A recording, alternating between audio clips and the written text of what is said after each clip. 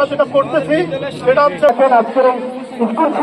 আমরা একটা নিরাপত্তা সমাজ ব্যবস্থা চাই যেখানে আমাদের নির্মমভাবে খুন করা হবে না। মহিষগঞ্জ উচ্চ বিদ্যালয় কলেজের একজন আমার মেধাবী ভাই, সে ঢাকায় নির্মমভাবে হত্যা করা হয়েছে তাকে। সে এই স্কুলে পড়তো, সে বিজ্ঞান বিভাগে পড়ালেখা করেছিল, কিন্তু পরিবারের আর্থিক অবস্থার কারণে সে অল্প বয়সেই ঢাকা যায় এবং পরিবারের দায়িত্ব নেয়।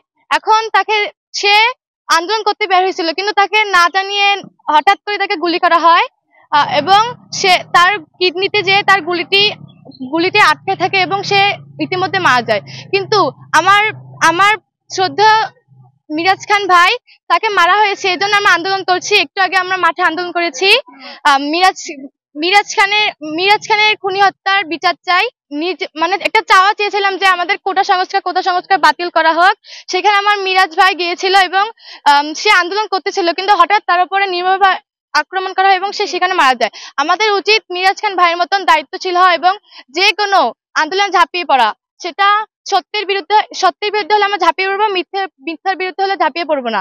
আমাদের উচিত আমরা দেশটাকে নতুন ভাবে গড়বো। বিভিন্ন ভাবে নাজেহাল হয়েছি, অত্যাচারিত হয়েছি, সমস্ত বিচার আমরা পুঙ্খানুপুঙ্খানু ভাবে ছাত্রদের মাধ্যমে আদায় করবো ইনশাআল্লাহ। আমাদের বড় ভাইরা এবং বোনেরা সকলে মাঠে ঝাঁপিয়ে পড়েছে আমাদের মুক্তির জন্য। ওরা আমাদের জন্যই কাজ করেছে যাতে আমরা ভবিষ্যতে ভালো কিছু করতে পারি।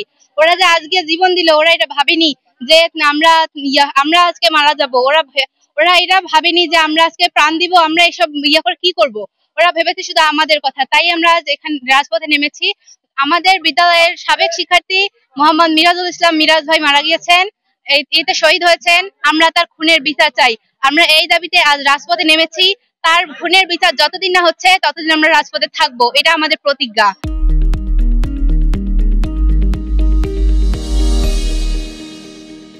বন্ধন হয়েছে আমাদের একমাত্র ভাই মহিষগঞ্জ স্কুল অ্যান্ড কলেজের সাবেক শিক্ষার্থী ছিল বড় ভাই মিরাজ ভাই।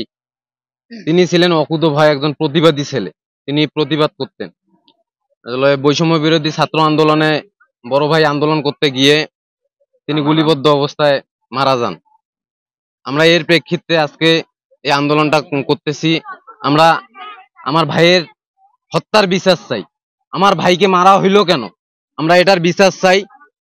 আর এর সাথে জড়িত কিছু আরো আছে, আমরা তাদেরও বিচার চাই। স্বৈরাচারের বিচার চাই, বিচার করতে হবে, খুব তাড়াতাড়ি বিচার করতে হবে।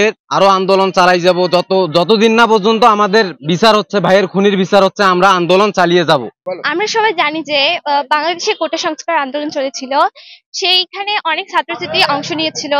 তার মধ্যে আমাদের এলাকার হচ্ছে মিরাজুল ভাইয়া, তিনি অনেক সাহসী ছিল।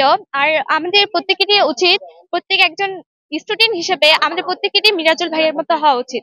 কেননা তিনি অনেক সাহসী, বৈষম্য বিরোধী সংস্কারে তিনি এখানে আন্দোলনে গিয়েছিলেন এবং তিনি সেখানে তার মত প্রকাশ করেছিলেন যে আমরা এই স্বৈরাচারী চাই না, এই স্বৈরাচারীর পতন চাই।